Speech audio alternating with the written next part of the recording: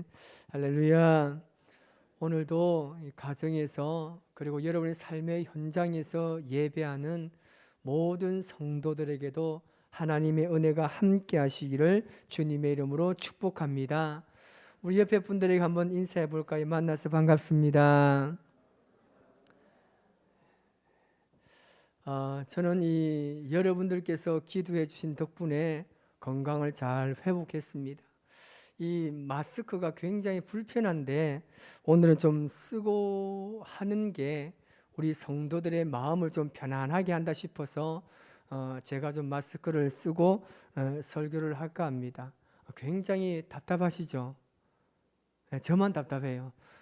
너무 답답하지만 오늘 우리가 이 말씀을 통하여서 과연 하나님께서 우리를 통해서 하시는 일들이 과연 어떤 것인지 우리가 오늘 귀한 말씀을 통해서 은혜의 시간 되시기를 주님의 이름으로 축복합니다.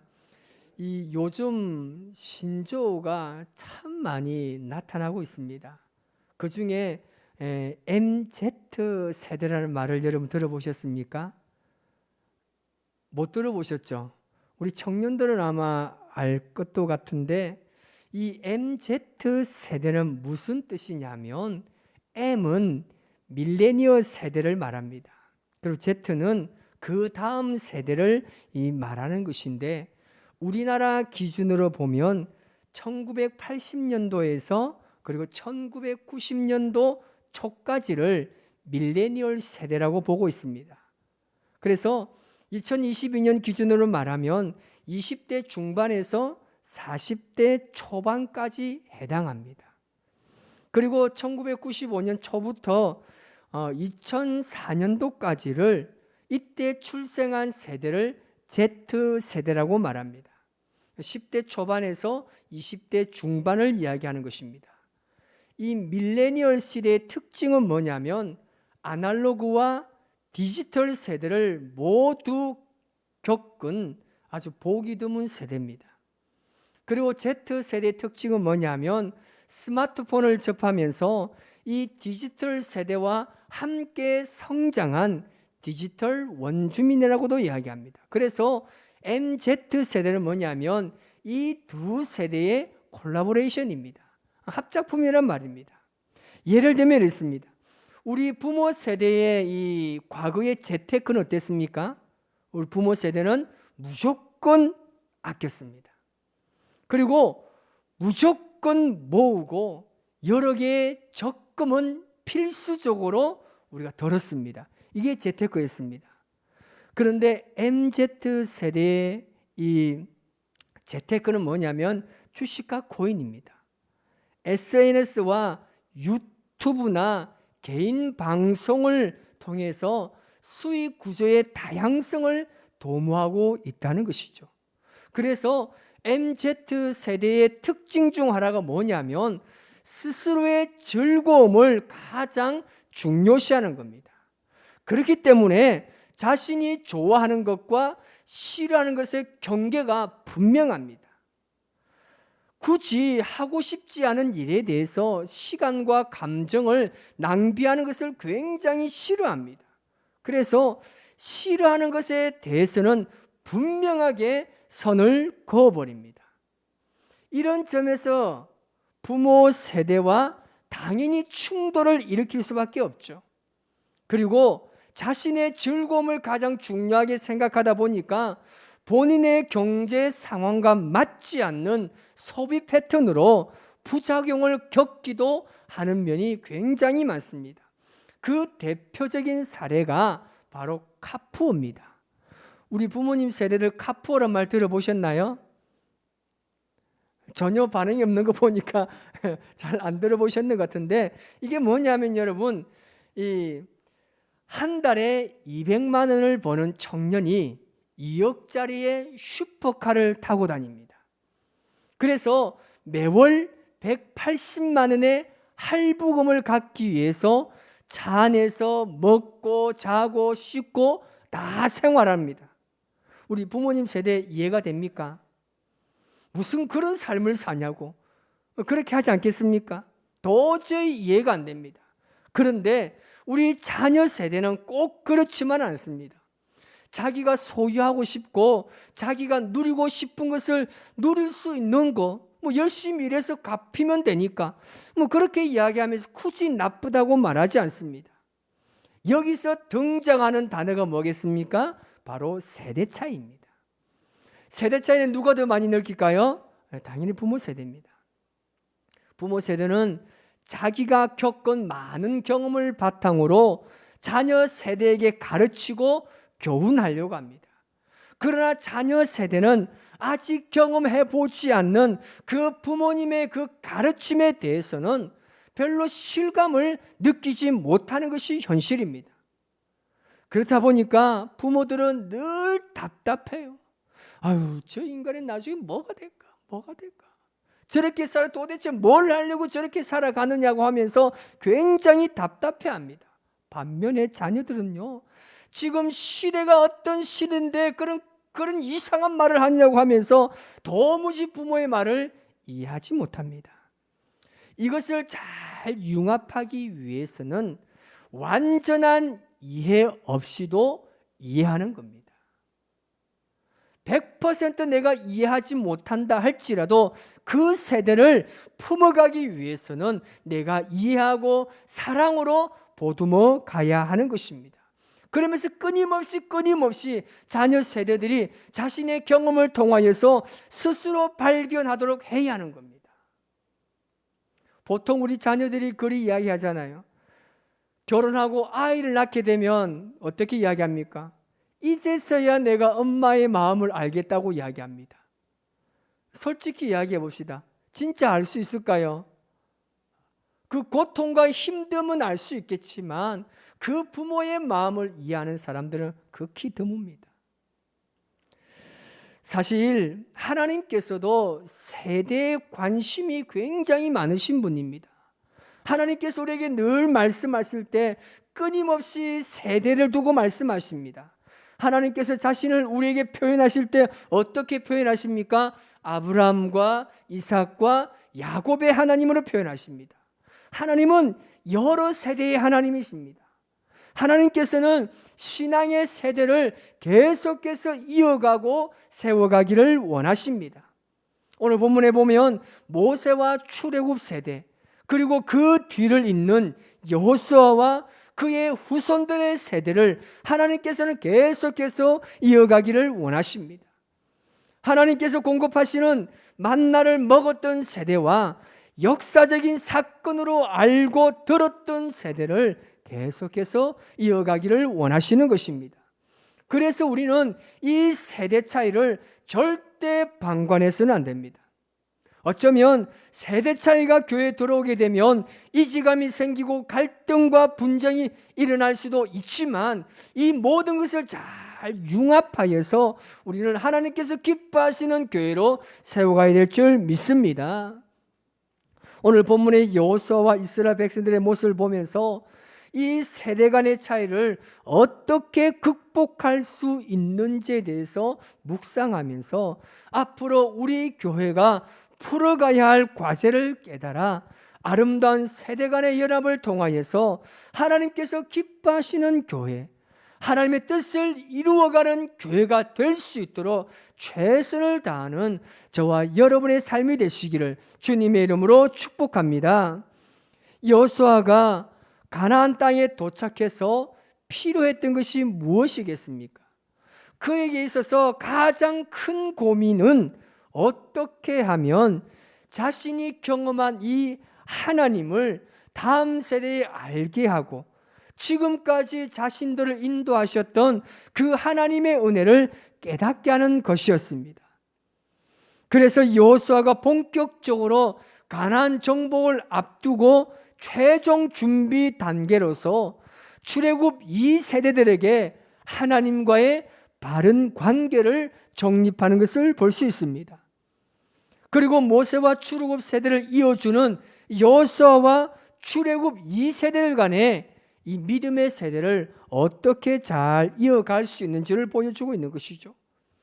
이스라엘 백성들이 가나안에서 처음으로 진쳤던 곳이 바로 길갈이라는 곳입니다. 길갈은 굴러가다라는 뜻을 가지고 있는데, 이것은 애굽에서의 수치가 떠나갔다라는 것을 의미합니다. 하나님께서 이스라엘 백성들과 사이에서 필요했던 것이 무엇입니까? 관계입니다. 하나님과의 관계를 새롭게 하는 것이었습니다. 그래서 길갈에서 있었던 가장 중요한 사건이 바로 할례입니다.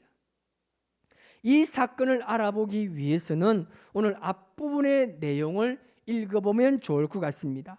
여호수아서 5장 2절에서 3절 말씀을 우리 같이 한번 읽어보겠습니다.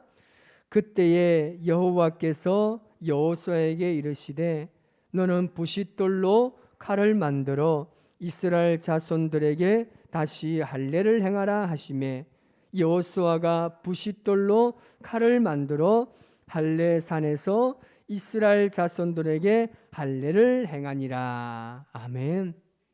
여기 2절에 보니까 다시 할례를 행하라 라는 말이 나오는데, 이 말은 뭐냐면 할례를 받았던 사람들에게 다시 한번 할례를 행하라는 것이 아닙니다. 출애굽 1세대들은 모두가 할례를 다 받았습니다. 5절 말씀을 우리 같이 한번 더 볼까요? 5절입니다. 시작. 그 나온 백성은 다 할례를 받았으나 다만 애굽에서 나온 후 광야길에서 난 자는 할례를 받지 못하였습니다. 아멘. 출애굽 1세대는 모두가 다 할례를 받고 광야에서 다 죽었습니다. 그리고 길갈에서 행했던 이 할례라는 것은 출애굽 이후에 광야에서 태어난 새로운 세대를 위한 것이었습니다. 여기서 중요한 포인트가 있습니다. 애굽에서 있었던 첫 번째 할례와 길갈 오늘 본문에서 있었던 이 두 번째 할례가 모두가 유월절 절기와 관련이 되어 있다는 사실입니다. 애굽에서의 첫 번째 할례는 유월절 식사에 참여하기 위한 이 선제적 조치였습니다. 이스라엘 백성이든지 종들이든지 이방의 거류민이든지 할례를 받고 나서 유월절 식사에 참여할 수 있었습니다. 길갈에서도 할례, 오늘 길갈에서의 이 할례도 이와 마찬가지로 유월절과 관련이 있습니다. 오늘 본문 10절에서 11절 말씀을 같이 읽겠습니다. 또 이스라엘 자손들이 길갈에 진쳤고 그달 14일 저녁에는 여리고 평지에서 유월절을 지켰으며 유월절 이튿날에 그 땅의 소산물을 먹되 그날 무교병과 볶은 곡식을 먹었더라. 아멘. 이스라엘 백성들이 할례를 시행하고 난 이후에 유월절을 지키고 비로소 그 땅에서 나는 소산물 음식을 먹었습니다. 그래서 유월절은 무엇입니까? 기억하는 거예요. 노예의 삶에서 자유인으로 해방시켜 주신 그날을 기념하는 거예요. 그 시간을 너희는 반드시 잊지 말고 그 은혜를 기억하라는 의미입니다. 우리가 여기서 깨달을 수 있는 것은 우리는 하나님으로부터 언약을 받은 언약의 백성이라는 사실입니다. 여러분, 언약하면 누가 가장 먼저 떠오르십니까? 언약하면 누가 생각나죠? 아브라함입니다. 하나님께서 아브라함에게 두 가지 약속을 하셨는데 그 첫 번째 약속이 뭐냐면 자손이 번성한다는 겁니다. 두 번째는 가나안 땅을 너희가 정복할 것이다라는 하나님께서 약속을 하셨습니다.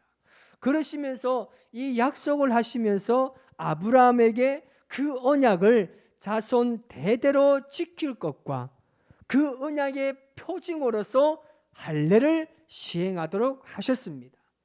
창세기 17장 9절에서 10절 말씀을 우리 같이 한번 읽어보겠습니다. 하나님이 또 아브라함에게 이르시되 그런즉 너는 내 언약을 지키고 내 후손도 대대로 지키라. 너희 중 남자는 다 할례를 받으라. 이것이 나와 너희와 너희 후손 사이에 지킬 내 언약이니라. 아멘. 이 할례는 하나님과의 언약이에요. 약속의 표징이라고 말하고 있습니다. 근데 여러분 보십시오.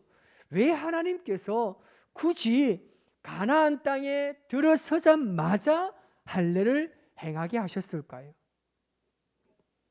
광야길을 다니면서 편안하게 할례를 행해도 되는데 이 요단강을 건너서 가나안 땅 처음에 길갈에서 진을 쳤을 때 왜 할례를 행하게 했을까요? 그것은 이스라엘 백성들에게 노예라는 뿌리 깊은 신분의 수치를 떠나가게 하기 위해서였습니다. 가나안 땅에 들어가는 출애굽 2세대들에게 조상 대대로 내려오는 노예라는 신분의 수치와 모욕을 벗겨주신 것입니다. 이스라엘 백성들에게 과거에 얽매여 있었던 아픔과 슬픔, 모든 문제들을 떠나가게 하기 위한 하나님의 마음을 볼 수 있습니다. 그래서 할례를 행하고 그 고통과 아픔의 시간을 통해서 영적으로 숨고르기를 하면서 과거를 청산하고 미래를 향해서 결단하게 하신 하나님의 조치였습니다. 그래서 그 할례 표징을 볼 때마다 하나님께서 약속하신 그 언약을 기억하고 되뇌이면서 너희는 반드시 하나님의 약속을 지켜야 한다는 것입니다. 여러분, 부모 세대나 자녀 세대들에게 변하지 않는 한 가지가 있습니다. 그것은 바로 하나님의 언약의 백성이라는 사실입니다. 그 옛날 구약 시대나 신약 세대는 물론이고 지금 이 시대도 동일하게 적용되는 것이 우리는 하나님의 언약의 백성으로서 이 땅에 살고 있다는 사실입니다. 우리 모든 세대에게 흐르는 하나의 핵심은 하나님의 언약의 말씀으로 연결되어 있다는 것입니다. 우리 자녀 세대들이 믿음의 대를 잘 이어가기 위해서 무엇보다 하나님과의 언약을 잊지 않도록 우리가 도와야 합니다. 그리고 그들을 도울 수 있는 방법이 무엇입니까? 그 해답은 바로 본문 15절 말씀에서 우리가 볼 수 있습니다. 우리 같이 한번 읽어보겠습니다. 여호와의 군대 대장이 여호수아에게 이르되 내 발에서 신을 벗으라. 내가 선 곳은 거룩하니라 하니 여호수아가 그대로 행하니라. 아멘. 이 해답은요, 하나님의 말씀을 따라 사는 것입니다. 하나님께서 신을 벗으라고 하시면 벗고 거룩한 땅이라고 말씀하시는 곳은 거룩한 땅이 되는 것이고 하나님의 모든 말씀을 전적으로 순종하는 것이 바로 하나님의 자녀다운 삶을 사는 것입니다. 한마디로 하나님 앞에 뭐 하라고요? 무장해제해야 합니다. 이 말은 하나님만을 의지하는 존재가 되라는 겁니다.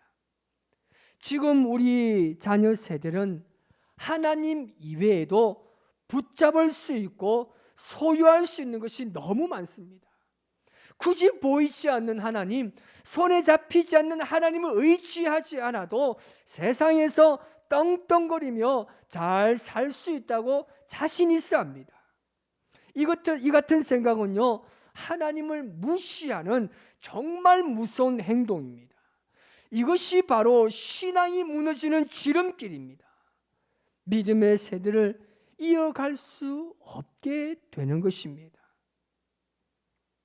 한국 교회의 성장 연구에 대한 전문가들의 말을 들어보면 한국 교회의 미래가 밝지 않다고 전망하고 있습니다. 한국 교회의 희망이 사라져가고 있다고 말합니다. 사실 이 문제는 모든 기성세대들이 동일하게 고민하고 있는 것입니다. 앞으로 10년이 한국 교회에 굉장히 중요한 시기라고 말하고 있습니다. 우리는 이 어려운 문제 앞에 직면해 있는데 과연 이 어려움을 그냥 그대로 받아들이며 우리도 이 어려움의 물살에 그냥 휩쓸려 가야 하는 것입니다. 그렇지는 않지 않습니까? 여러분, 이 세대를 어떻게 잘 극복하고 연합해서 하나님께서 원하시는 교회로 굳건하게 세워갈 수 있을까? 이것이 지금 우리의 고민이지 않습니까? 그러면 우리 모두가 이 세대와 함께 잘 융합하여서 우리가 경험했던 그 하나님을 다음 세대들에게 정말 살아계신 하나님 말씀으로 잘 전해야 할 줄 믿습니다. 그래서 우리는 세대 차이를 인정해야 합니다. 서로 협력하고 배울 수 있는 존재로 여겨야 합니다. 여러 세대가 경험한 것들을 서로 공유하고 배울 수 있다는 것이 많다는 것을 알아야 합니다. 세대가 가지고 있는 독특한 문화와 장점을 볼 수 있어야 하고 또한 그것을 인정할 수 있어야 합니다. 그리고 지속적인 대화가 필요합니다. 상대방의 입장을 생각하고 서로 이해하고 차이점을 인정해 주는 자세가 필요한 것이죠. 그래서 우리 믿음의 선조들을 보면 늘 하나님과 항상 대화를 합니다. 그가 경험한 하나님을 그가 많은 사람들에게 그대로 전하면서 그들이 모두가 지도자를 따르게끔 했다는 것이죠. 그래서 우리 다음 세대가 믿음으로 온전하게 세워지기 위해서는 우리가 먼저 주의 말씀대로 살아가고 주의 말씀대로 살아감을 통하여서 경험한 그 하나님을 다음 세대가 몸소 느낄 수 있도록 그들에게 교훈해야 될 줄 믿습니다. 여러분, 교회 리더들은 세대가 주는 좋은 점들을 발전시킬 수 있어야 합니다. 그리고 단점들을 줄이기 위해서 함께 노력하는 것이 필요합니다. 하나님께서 모든 세대를 통해서 영광 받으시기를 원하십니다. 여호수아가 하나님의 말씀에 신을 벗었던 것처럼 우리도 이제 신을 벗어야 합니다. 지난날의 삶의 때가 묻은 그 신을 벗어야 할 줄 믿습니다. 여러분, 하나님의 말씀을 그 누가 완전히 이해할 수 있다고 자부할 수 있겠습니까?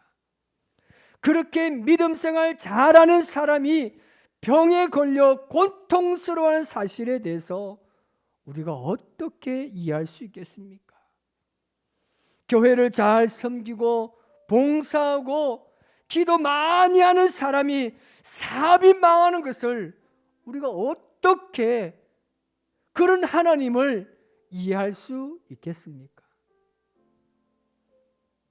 그런데 분명한 것은 완전한 이해 없이도 우리는 그분의 사랑을 느낄 수가 있습니다. 우리는 그분을 완전하게 이해하지 못한다 할지라도 그 하나님께서 나의 삶을 인도하신다는 사실을 우리는 매 순간순간 경험하고 있지 않습니까? 부모 세대나 자녀 세대들이 서로에 대해 이해할 수 없다고 할지라도 이해하기로 결심하면 모든 것을 포용할 수 있는 것입니다. 여호수아가 한 번도 해보지 않은 그 전쟁 앞에 놓였을 때 그의 마음이 어떠했겠습니까? 차라리 모세나 그 시대에 하나님을 경험한 사람들이 함께 한다면 별로 두려움도 없겠는데 그 혼자서 이제 이 다음 세대를 이끌고 전쟁을 해야 되는 그 앞에서 그의 마음이 얼마나 복잡했겠습니까? 여러분, 하나님의 살아계심을 믿습니까? 하나님의 살아계심을 정말 믿으십니까? 그렇다면 믿는 것만큼 살아야 하지 않겠습니까? 이 세상에 살아가는 모든 사람들이 얼마나 다른 사람들을 이해할 수 있겠습니까? 여호수아가 하나님의 말씀 앞에 섰던 것처럼 우리 모두가 하나님의 말씀을 듣기 위해서 주님 앞에 서야 합니다. 그리고 우리에게 말씀하시는 그 하나님의 음성을 들었다라면 내 육신이 힘들고 내 상황이 힘들다 할지라도 그 말씀을 따라가는 것이 그리스도인 아니겠습니까?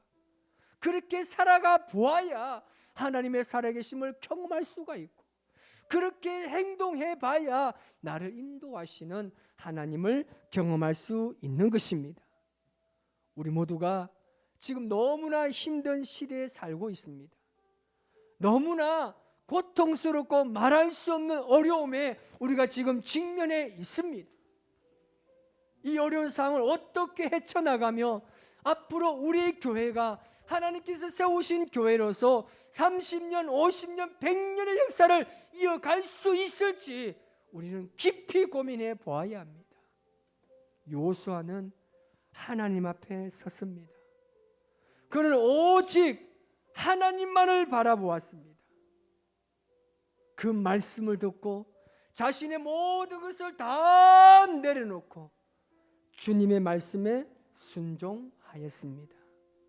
오늘 이 말씀을 잘 기억하시면서 이번 한 주간 주님의 이름으로 살아갈 때 내가 이해할 수 없는 상황에도 하나님을 위해서 이해하고 품어주고 사랑함을 통하여서 하나님의 사람으로서 이 땅에 온전하게 세워지고 하나님께서 기뻐하시는 교회로 앞으로 더욱더 증진해 나아가는 우리 교회가 될 수 있기를 주님의 이름으로 축복합니다.